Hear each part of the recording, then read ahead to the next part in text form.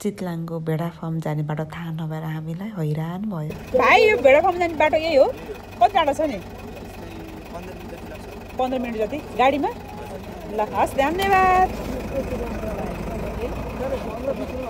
सिधै यता कुलेखानीको बाटो भएर आएको भए हामीले बाटो थाहा पाउँथ्यौँ होला। तर हामी अघिल्लो दिन हामी चितलाङ घर बस्यौँ नि त। अनि चितलाङबाट फर्किने क्रममा त्यो भित्रपट्टिको बाटो रहेछ। अनि भित्रपट्टिको बाटो हुँदै जाने भनेर भनिहाल्यो। अनि हामी अगाडि बढ्दै गर्दा थाहा नभएर अनि सोध्दै गयौँ। तर केही पनि भएन। खास गरी हामीले त्यहाँको लोकेसनहरू झन् एकदम हेर्न पायौँ कि त्यो भित्रको बाटोबाट त्यो पहाडी बाटोहरूबाट। अनि त्यसरी डाँडाकाँडा त्यहाँको वनहरू, त्यहाँको बस्तीहरू, त्यहाँ उत्पादन भएका चिजहरू, फलेका कुराहरू, डाँडाकाँडा, अनि त्यसपछि तोरीबारी, यस्तो राम्रो गरा परेको फाँटहरू झन् राम्रोसँग हेर्न पाइयो। उताबाट आएको भए त त्यो मेन बाटो हुन्थ्यो अनि सरसर्ती खासै हेर्न पाइने थिएन होला। तर भित्र घुमेर आउँदाखेरि झन् यस्तो राम्रो, एकदम बिहानको यो 6-7 बजीतिरको टाइमको हो। एकदम morning time, early morning.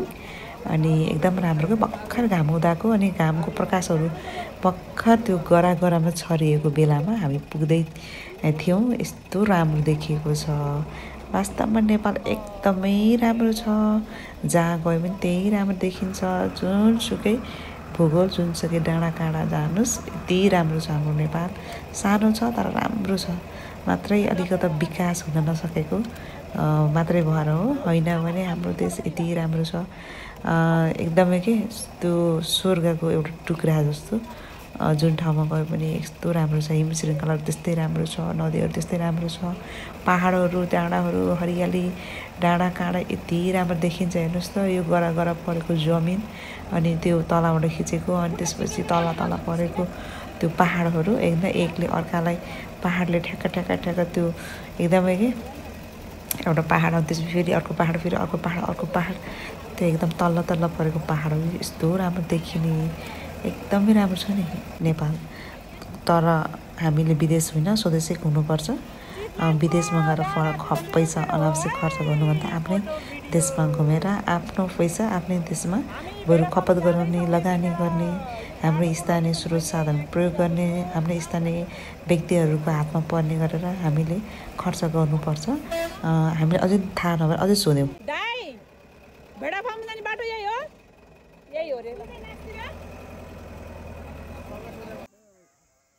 Finally हामी भेडा फार्ममा पुग्यौँ।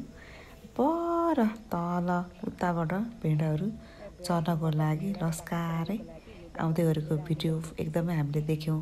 हामी भाग्य, चान्स अथवा अवसर भन्नुपर्छ, हामी जाँदै गर्दा ठ्याक्क फार्मबाट भेडाहरू खोलेर चर्नको लागि यता डाँडातिर आउँदै गरेको भिडियो हामीले राम्रोसँग हेर्न पायौँ। डाँडामा यहाँ भेडाहरू, बाख्राहरू चरिरहेको भिडियो पनि हामीले लिन पायौँ। एकदम रमाइलो डाँडो छ। माथि डाँडाबाट सबै चारैतिर देख्न सकिने एकदम ठुला फाँट गरा परेको डाँडाहरू यस्तो राम्रो देखिन्छ। राम्रो छ।